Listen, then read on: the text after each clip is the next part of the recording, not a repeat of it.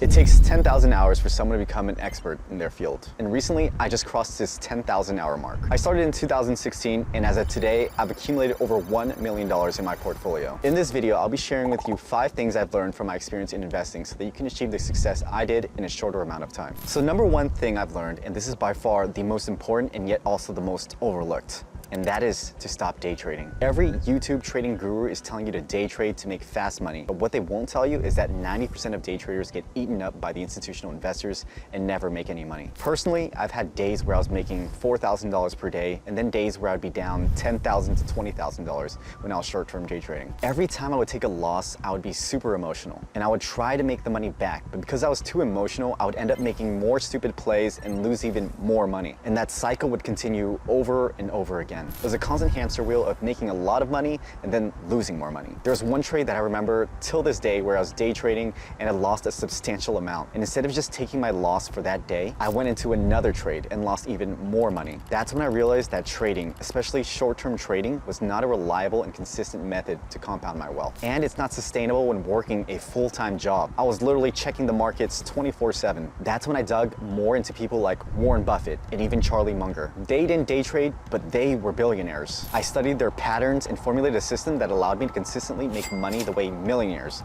the way billionaires acquire wealth. Focus on having a long-term outlook on the market and invest into undervalued stocks. Don't just look at the stock for its share price alone. Buy into a stock because it's a company that you know will be here long-term while also buying at significant discount or a margin of safety. This allows you to have lower risks but also have a bigger upside. The second lesson I'm about to share with you is perhaps the easiest step of them all, and yet is the one that people most overcomplicate, and that is being disciplined. There are many instances when I was investing in which I predicted a stock would make me 10% profit and everyone was telling me to sell. For example, I had a strong thesis about Tesla 2 months ago. I knew if you looked at Tesla from a long-term perspective, they had a lot going for them. They were set to release a mass market vehicle of $25,000. They had $29 billion in cash. The company wasn't going anywhere. The Cybertruck model is up 59%. Demand was going to increase for Tesla in the future. And initially in my trade, even for about a week, the stock wasn't really moving, and I was even down about 3% in my trade. Everyone was saying that the stock was going to go down further. News articles were coming out, fear-mongering. They had just released numbers that they had missed the mark on vehicle deliveries. And everyone was saying EVs were going down as a whole. Meanwhile, other stocks like Nvidia, Facebook, Google were riding the AI wave and rallied further and further, causing a lot of FOMO. Instead, I stuck to my plan. I knew that if I decided to chase these stocks, I would lose a lot of money. And it was just a matter of time. And Tesla was due for a big run-up due to everything I mentioned above earlier. The easy way out here is to sell and get out, but I knew long-term I was in a good stock. I understood I did my due diligence, so I stuck to my system,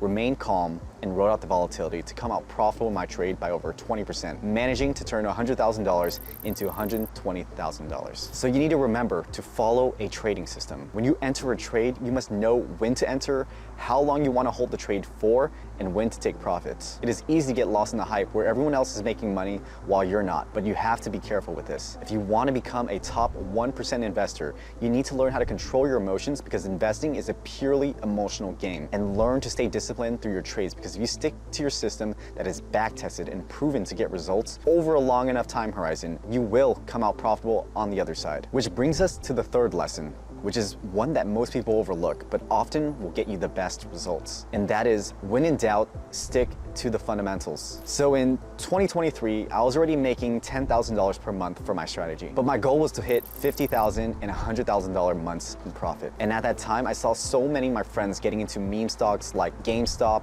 and AMC. If you don't know what happened in 2021, basically retail traders from the popular site Wall Street Bets came together to buy GameStop and pump the price from $5 to $400 in the span of a few months. My friends were telling me they were making thousands of dollars in a matter of seconds buying and selling GameStop. And because I was swing trading, my trades could take up to several weeks to a month in order to realize any big gains. And I got jealous. That's when I decided to buy GameStop. And in just a week, the $5,000 I invested ended up turning into $10,000. And just as it went up quickly, it crashed just as fast, and I lost most of it the next day. My portfolio was a sea of red. I'd never seen such swings in months. That's when I realized I was simply gambling. I was throwing away money and hoping it would stick. Here's the hard truth that most people will never accept. Quick money is not a sustainable way to build wealth. That's why I decided to tune out the noise and focus on the fundamentals. I focused on buying undervalued assets and securities using tried and true methods of stock valuation metrics. I focus on metrics like the RSI, Relative Strength Index, and the PE ratio, which is the price to earnings ratio, to determine if I was investing into undervalued stocks. And I made it a rule to only choose from the S&P 500 stocks because of their strong balance sheet and consistent returns in the stock market, which ultimately allowed me to stack win after win. Then eventually, I was able to compound my gains through this method, ultimately leading me to over $1 million portfolio. One major lesson this taught me is that you will never get rich off of one big win. At least 99% of you won't, but it's the small wins that start to compound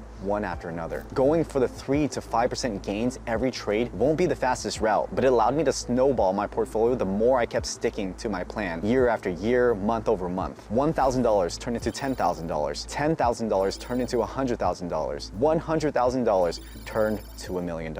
That's the power of sticking to the fundamentals. The fourth lesson I'm about to share with you is something that doesn't just apply to investing, but it will help you with your life and career as well. And that is to never stop learning. This is something I observed in my 8 years of investing. When I first started investing, I had a big ego. I thought I knew everything about the stock market. I felt like I was on a hot streak and I couldn't lose any money. Every position that I went into turned into more and more money. And this kept going on to the point I was so stuck in my own way that I kept taking huge loss after huge loss, with each trade losing thousands of dollars at a time. It had felt like everything I had worked for was gone in a matter of days. All the money I had made just vanished. At one point, after I lost dozens of trades, my portfolio was down $100,000. And that's when I realized that I had to change my entire approach and adapt to what works today. For example, one thing that I didn't consider was how the market and the macro environment is always ever changing. When it comes to the stock market, before you place a trade, you always want to account for economic factors like the interest rates, inflation,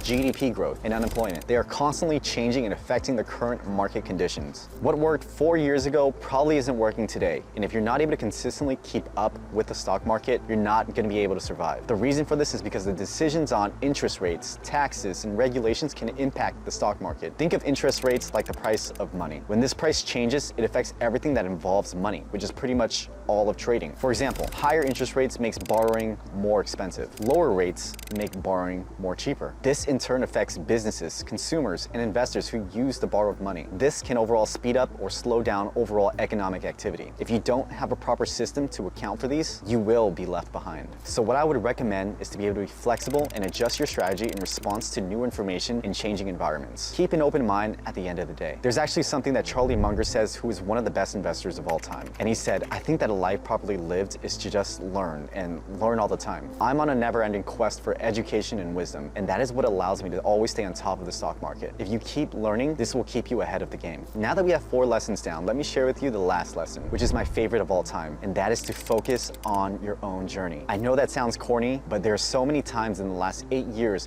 where people were telling me to get into this stock, try this new strategy, get into Forex, get into crypto. I had seen so many people making lots of money doing all of these things. And don't get me wrong, there were so many times that I had tried different things and wanted to jump ship completely. But I eventually tuned out the noise. I stayed in my own lane. I stopped comparing myself to others who were on different timelines, who maybe started their career before mine or made more money in their 9 to 5 to eventually put more money into a stock and make more money than I did. I stayed focused on my own journey and didn't compare myself to others. As long as I was continually growing my account, that was all that mattered to me. And like I said, it's like a snowball effect. One day I'm consistently making $200 to $500. The next day, I found myself constantly making $1,000 to $5,000. Then now I'm finding myself consistently making $10,000 to $20,000 a month. Some months may be lower, but overall it's gone to the point where I can comfortably make this without much effort, as my account has just grown so much considerably. Remember that you're on your own timeline. You cannot compare someone's 10-year journey to someone's 1-month journey. It can be pretty easy to get into the next get-rich-quick scheme, but I promise you, if you stay on your own journey and focus on getting better every day, you will be ahead of 99% of people. You cannot expect crazy results in a short period of time. Nothing great was ever built overnight. I've been at this for over 8 years and I'm still at it. So if you stick to something over a long enough time horizon, you will succeed and have financial freedom. And these are 5 things I've learned from my 10,000 hours of investing. Investing isn't easy and you will make mistakes along the way. The first step to correcting these mistakes and improving your portfolio returns is to identify them. Click here to learn 7 mistakes you are making that are ruining your portfolio, and I'll see you in the next one.